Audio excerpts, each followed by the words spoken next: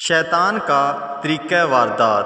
ایک بزرگ نے شیطان سے کہا، میاں تم بڑے فساد کراتے ہو، کچھ تو خون کرا دیتے ہو، گھر کے گھر برباد کرا دیتے ہو۔ شیطان نے کہا، مجھے مفت میں بدنام کر رکھا ہے، میں تو کچھ نہیں کرتا، چلو میں تمہیں نمونہ دکھاؤں۔ حلوائی کی دکان پر پہنچے شیطان نے ایک انگلی بھر شیرہ دیوار پر لگایا، اس شیرہ پر مکھیاں آ بیٹھیں، ان مکھیوں پر چھپکلی آ گئی۔ اتفاق سے دکان پر بلی آ گئی، وہ چھپکلی پر دوڑی۔ ایک خریدار کے ساتھ کتا بھی تھا، وہ بلی پر جھپٹا۔ حلوائی نے غصے میں آ کر ایک پتھر اس کتے کو دے مارا۔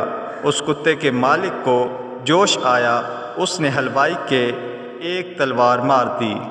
بازار والوں نے جمع ہو کر کتے کے مالک کو قتل کر دیا۔